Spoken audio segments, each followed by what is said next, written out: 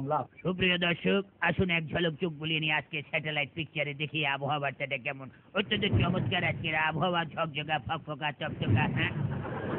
অত্যন্ত উজ্জ্বল আজকের এই আবহাওয়া। আপনারা ছবিতে দেখতে পাচ্ছেন কত সুন্দর, উজ্জ্বল, নির্মল, প্রাঞ্জল, অত্যন্ত সুন্দর।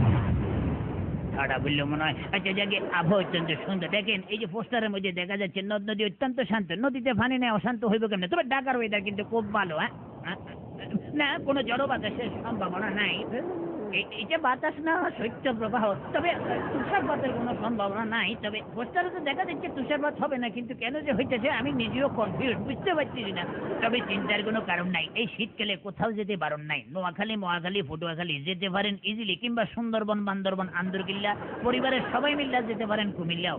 আকাশ একদম সাংঘাতিক রকম পরিষ্কার, একটা ফোঁটা মেঘ নাই। মেঘের কোলে রোদ এসেছে, বাদল গেছে টুটি। কে বলেছে আকাশে ফ্যাকাশে মেঘ, রোদযুক্ত মেঘ মুক্ত আকাশ।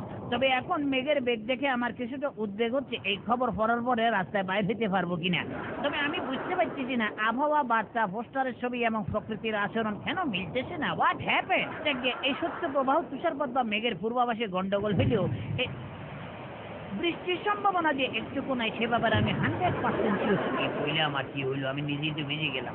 এই আবহাওয়ার খবর থেকে আমার হাওয়া হওয়াই ভালো। বিচিত্র প্রকৃতি।